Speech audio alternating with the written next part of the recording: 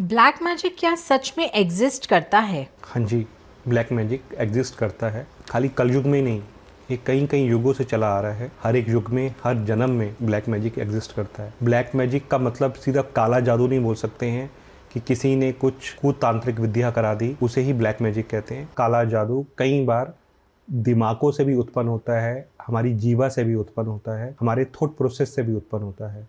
ये कैसे होता है? ये सुर और असुरी शक्तियों को समझना पड़ेगा कि जो जिसकी जैसी इंटेंशन होगी वैसी ही एनर्जी जनरेट होगी। तो एनर्जी क्रिएशन की बात है। वो काला जादू है या नहीं है, ये बात की बात है। एनर्जीज कैसी हैं? अगर किसी ने गलत एनर्जी क्रिएट कर दी या गलत इंटेंशन क्रिएट कर दी तो उसकी क्रिया वैसे ही शुरू हो जाएगी और उसका कार्य वैसे ही शुरू हो जाएगा। तो हाँ, ये एग्जिस्ट करता है। क्यों करते हैं लोग ब्लैक मैजिक? देखिए, सिंपल सा सवाल है जो आपने पूछा कि हम या बाकी लोग क्यों करते हैं। किसी ना किसी की कोई ना कोई तमन्ना है। किसी को बहुत तेज़ी से प्रगति करनी है, किसी को किसी से जेलसी हो सकती है, किसी से गुस्सा हो सकता है। वो जेलसी और गुस्सा कैसे हुआ? किसी ने या तो कोई गलत काम किया उनके साथ, या उनके रिश्तेदारों ने या उनके घर वालों ने एक अलग लेवल पे जाके काम किया जो उनको समझ में नहीं आया। पर ये जो ब्लैक मैजिक का कारण है ना, ये कर्मों से लिंक्ड है। कहीं ना कहीं किसी ना किसी जन्म में आपने भी ये क्रियाएं यूज़ करी थी अपनी डेवलपमेंट के लिए, अपनी ग्रोथ के लिए। मतलब आपको कुछ कार्य बहुत तेज़ी से करने थे और उस कार्य को पूर्ण करने के लिए आपने किन्हीं काली शक्तियों की मदद ली और उस वक्त आपने ये कार्य किया। इसलिए इस जन्म में कोई ना कोई निमित्त बना है और आपके ऊपर ये कार्य किया जा रहा है। इस चीज़ को समझना पड़ेगा। पर ये इतना कॉमन क्यों होता जा रहा है? हर दूसरा बंदा कर रहा है। देखिए, कॉमन होता जा रहा है या ये समझिए कि अब लोगों को मालूम पड़ता जा रहा है। ऐसे पहले कोई टेक्निक्स नहीं थी या इतना बड़ा यूट्यूब चैनल नहीं था या इतना बड़ा कम्युनिकेशंस नहीं थे कि जब एक दूसरे को ये बातें मालूम होती थी। क्या आपको मालूम नहीं है? अपने दादी से पूछना, वो होली और दिवाली के टाइम पे कहती थी चौराहे पे मत जाना, किसी नींबू के ऊपर पैर मत रखना, आप कपड़े पहनना, रात को अंधेरे में नहीं जाना। क्या उस वक्त लोगों को मालूम नहीं था? मालूम था, सबको मालूम था। और वही जनरेशन आगे चली आ रही है। अब क्या हो गया, ये चीज़ बहुत तेज़ी से फैल गई है। अब हर एक चीज़ लोगों को समझा दी गई है। वो मंत्रों को जो उच्चारण था वो लोगों को दे दिया गया, वो किताबें बट गई। अब ये जन जन में पहुंच चुका है।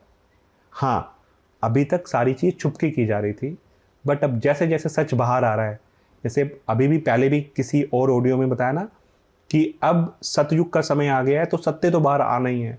तो जैसे जैसे ये झूठ बाहर निकल रहा है, लोगों की सच्चाइयाँ सामने आएंगी।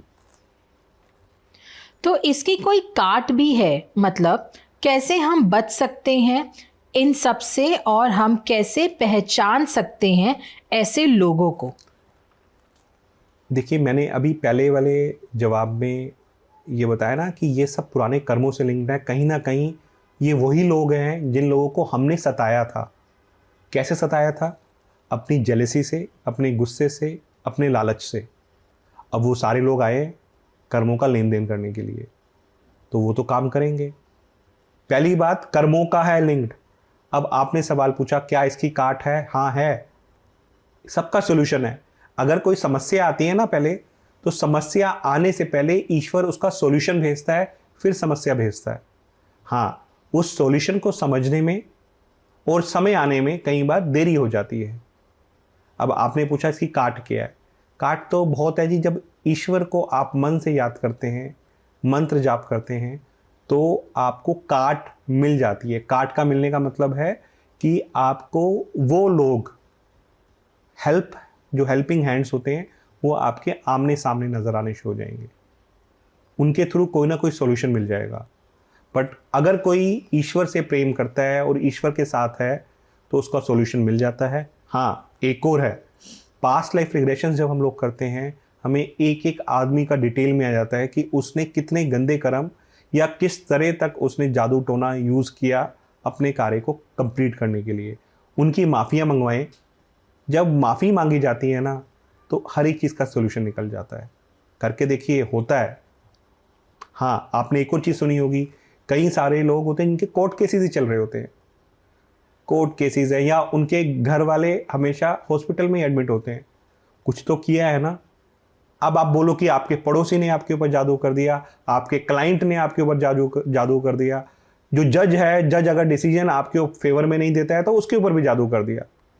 ये सारी चीज़ें एग्जिस्ट करती हैं, पर अपने कर्मों को देखो। जब आप अपने कर्मों को ढूंढेंगे ना, यकीन मानिए ऐसे हजारों कर्म निकल के आएंगे। जब आपने किसी को सताया होगा, या किसी को कोर्ट केस में फंसाया होगा, या किसी सरपंच के थ्रू आपने कुछ गलत हरकत करी होगी, वो सारी सेम चीज़ रिपीट हो रही है।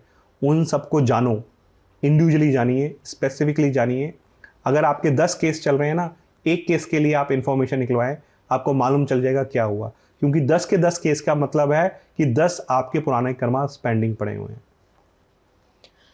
हम और हमारा परिवार सुरक्षित रहें, इसके लिए कोई और इम्पोर्टेंट टिप दे सकते हैं हमें और हमारे दर्शकों को?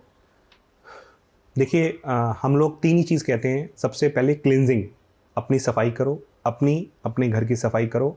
उन एनर्जीज़ को बाहर निकालना है जो गलती से आपके घर में या तो आ गई हैं, या आपने इकट्ठी कर ली हैं, या किसी ने भेज दी हैं। 3 तरह की एनर्जीज़ हैं।